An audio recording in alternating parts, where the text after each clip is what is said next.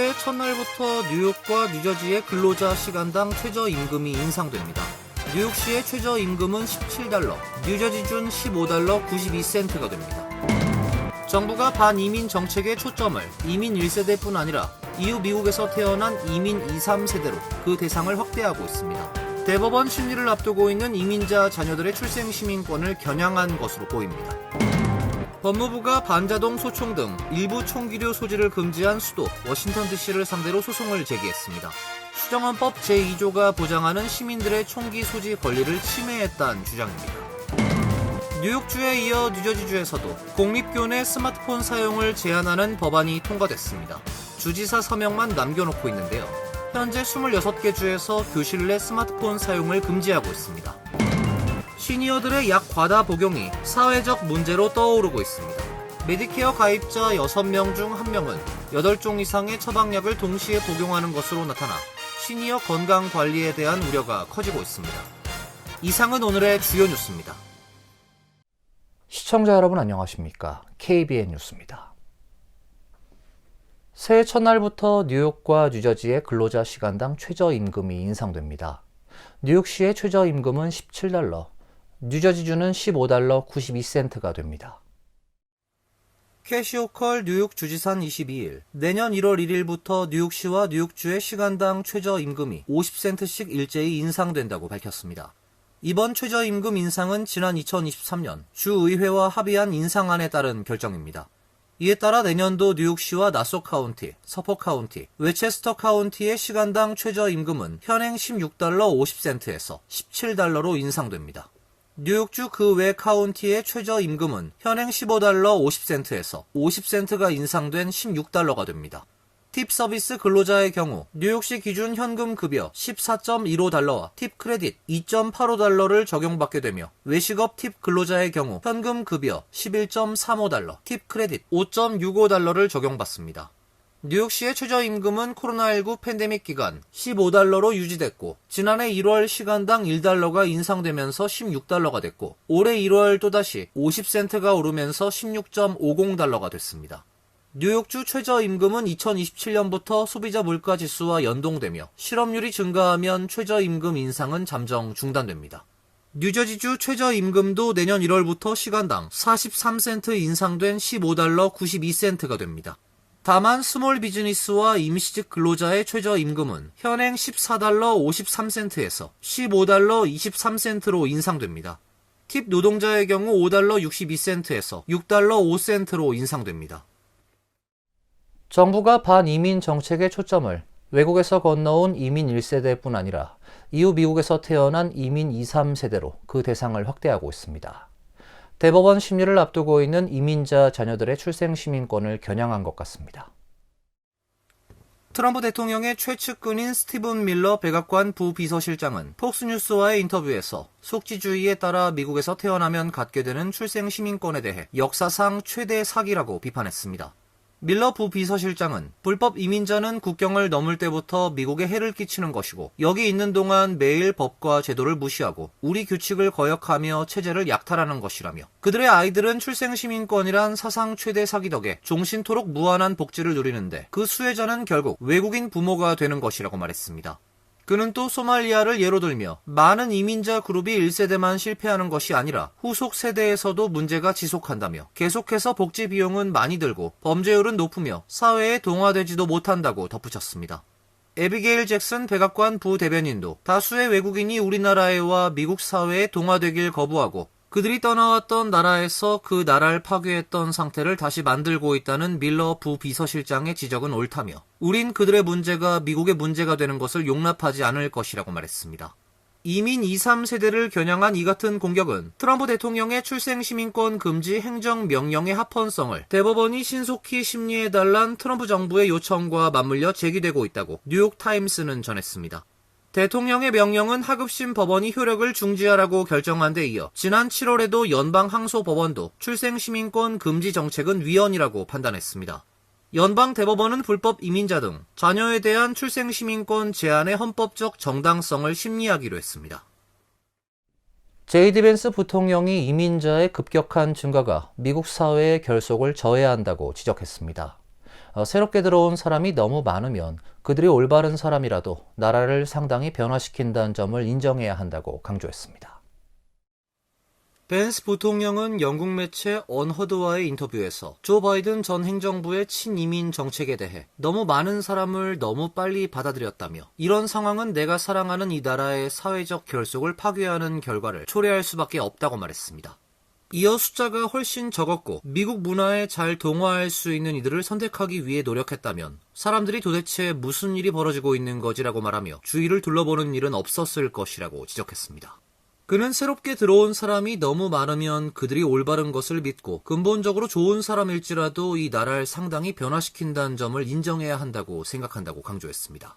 벤스 부통령은 미국이 공유하는 문화가 있다면 기독교가 그 중심이라고 생각한다며 토머스 제퍼슨과 몇몇을 제외하면 건국 아버지 대부분은 독실한 기독교인이라고 말했습니다. 그는 기독교는 우리에게 공동의 도덕적 언어를 제공한다고 본다며 시민권 운동 시대와 남북전쟁 당시에도 그랬고 남북전쟁 이후 우리가 하나의 나라로 함께할 수 있던 방법의 하나가 기독교 정체성을 공유하는 것이었다고 주장했습니다. 가톨릭 신자인 벤스 부통령은 미국 출신 레오 14세 교황이 이민자에 대한 유아적 접근법을 촉구한 데 대해서는 바티칸의 조언은 다른 관점을 함께 고려해야 하는 도덕적 렌즈의 하나일 뿐이라고 선을 그었습니다. 법무부가 반자동 소총 등 일부 총기류 소지를 금지한 수도 워싱턴 DC를 상대로 소송을 제기했습니다. 수정헌법 제2조가 보장하는 시민들의 총기 소지 권리를 침해했다는 것입니다. 법무부는 지난 22일 워싱턴 DC와 워싱턴 DC 경찰국이 반자동 소총인 AR-15를 비롯한 다수의 총기를 금지하고 있다면서 소송을 제기했습니다. 워싱턴 DC의 총기 관련 법률과 규정에 따르면 이 지역에서 총기를 소유하고자 하는 사람은 경찰국에 신고를 해야 합니다. 그러나 다수의 총기에 대해 광범위한 등록 제한 규정을 두고 있어 주민들이 피해를 보고 있다고 법무부는 주장했습니다. 이번 소송은 법무부에 신설된 수정헌법 2조 전담팀이 주도했습니다. 미국의 수정헌법 2조는 무기를 소유하고 휴대할 국민의 권리가 침해돼선 안 된다고 규정하고 있습니다. 펜 본디 법무장관은 성명에서 워싱턴 DC가 미국에서 가장 인기 있는 일부 총기를 금지한 조치는 수정헌법 2조 위반이라며 국가의 수도에 거주한다는 이유만으로 법을 준수하는 시민들이 총기를 소유하고 휴대할 헌법상 권한을 행사하지 못하게 해선 안 된다고 밝혔습니다. 본디 장관은 또 법무부에 신설된 수정헌법 2조 전담팀의 이번 조치는 법을 준수하는 미국인들의 헌법상 권리를 보호하겠다는 우리의 확고한 의지를 보여주는 것이라고 설명했습니다. 법무부의 이번 소송은 트럼프 행정부와 워싱턴 DC 시 정부 간의 갈등 국면 속에 나온 것이어서 더 주목을 받고 있습니다. 트럼프 대통령과 민주당 소속 뮤리얼 바우저 워싱턴 DC 시장은 그동안 워싱턴 DC의 경찰 지휘권, 주 방위군 투입 등을 놓고 대립각을 세워왔습니다. 뉴욕주에 이어 뉴저지주에서도 공립교내 스마트폰 사용을 제한하는 법안이 통과됐습니다. 주지사의 서명만 남겨놓고 있는데요. 현재 26개 주에서 교실 내 스마트폰 사용을 금지하고 있습니다. 뉴저지 주의회는 22일 주 내 모든 유치원에서부터 고등학교까지 수업 시간 동안 학생들의 스마트폰 사용을 제한하는 지침을 마련하도록 요구하는 법안을 통과시켰습니다. 법안은 스마트폰 외에도 인터넷 연결이 가능한 전자기기 사용을 제한합니다. 주지사의 서명을 받으면 법률로 제정됩니다. 공립학교 스마트폰 사용 금지 법안을 지지해온 필머피 뉴저지 주지사는 내년 1월 20일 임기 만료 전에 해당 법안에 서명할 것으로 예상됩니다. 이미 뉴저지주 내 상당수 공립학교는 자체적으로 교실 내에서 스마트폰 사용을 제한하고 있습니다. 그러나 뉴저지주 전체 학군을 대상으로 교내 스마트폰 사용을 금지하는 주 법은 없었습니다. 따라서 정책과 처벌 방식이 학군마다 달라 일부 학군은 학생들이 스마트폰을 끄고 보이지 않는 곳에 두도록 요구하는 반면 다른 학군에선 수업 시간 동안 스마트폰을 보관할 장소를 제공하기도 했습니다.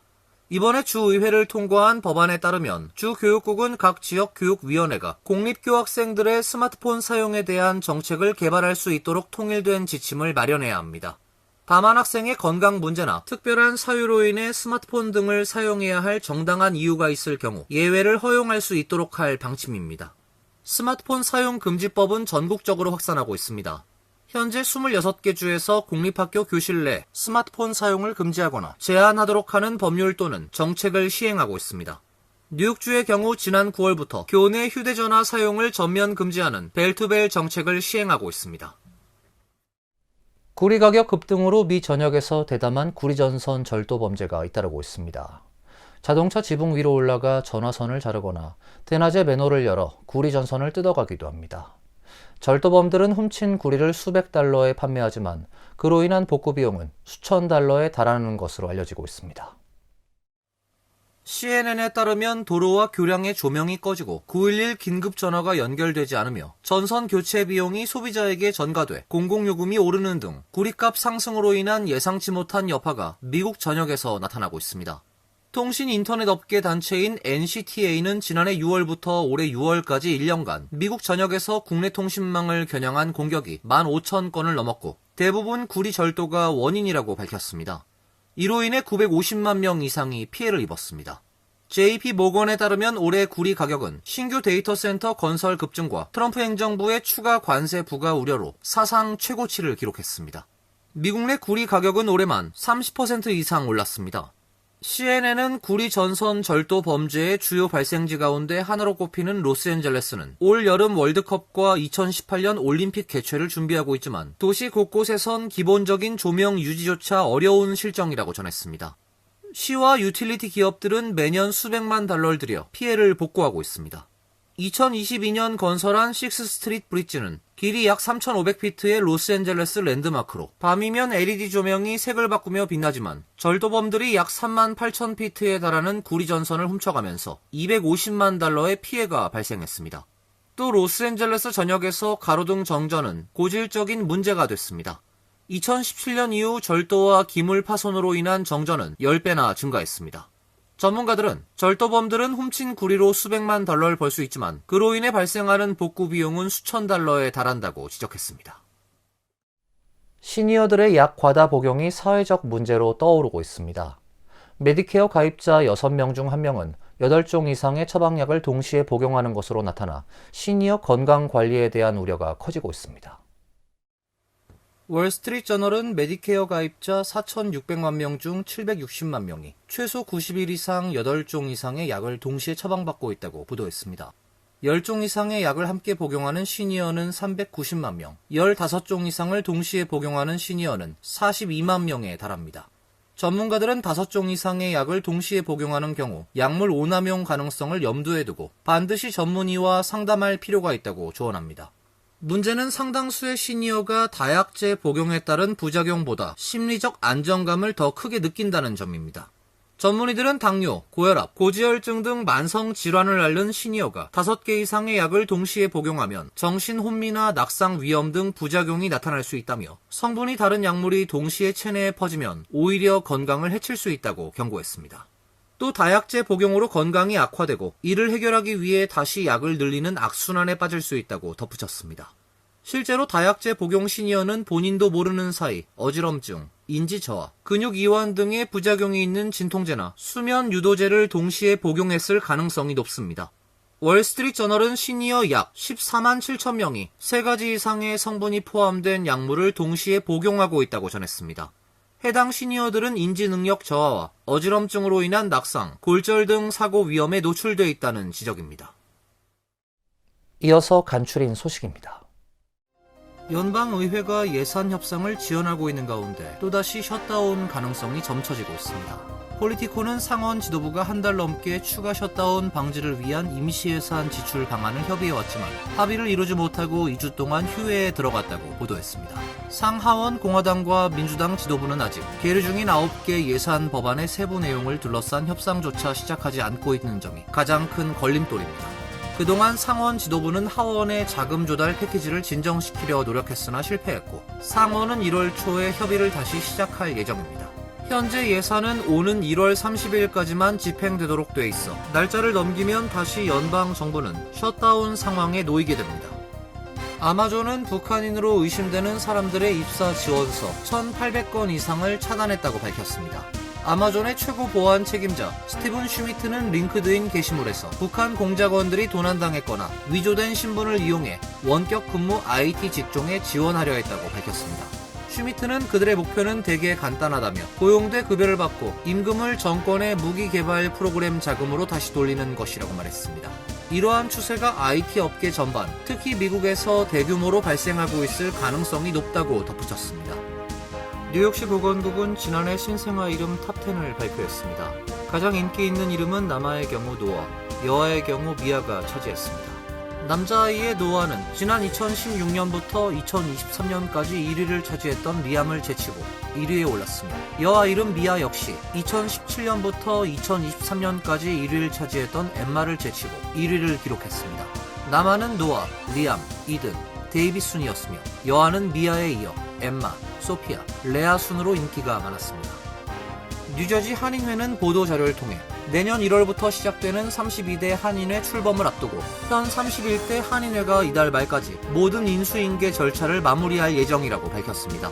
한인회는 지난 2024년 추석 대잔치 당시 폭우 등 악천후가 계속되면서 약 7만 달러의 적자가 발생하는 등 2025년까지 누적 적자가 총 11만 2,678달러에 달했지만 그중 5만 4,650달러를 변제했고 현재 5만 8,028달러의 적자가 남은 상태라고 밝혔습니다.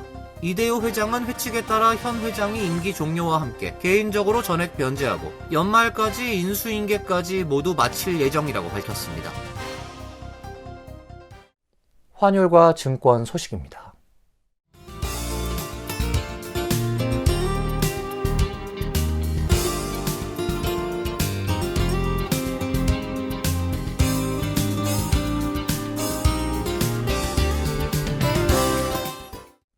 이어서 날씨입니다. 내일은 오후부터 눈이 오겠습니다. 지역에 따라 3에서 6인치의 적설량이 예상됩니다. 낮 최고 기온 29도, 섭씨 영하 2도, 밤 최저 기온 25도, 섭씨 영하 4도로 예상됩니다. 토요일 오전까지 약한 눈발이 이어지다 오후부터 그치겠습니다. 일요일은 흐린 가운데 비가 예보되어 있습니다. 이상으로 KBN 뉴스를 마칩니다. KBN과 함께 즐거운 성탄절 되시길 바랍니다. 동부 최대 한인방송 KBN이 제작하는 KBN 뉴스는 웹사이트 mykbn.com 그리고 유튜브와 페이스북에서 다시 보실 수 있습니다. 좋아요, 구독, 알림 설정은 뉴스 제작에 큰 도움이 됩니다.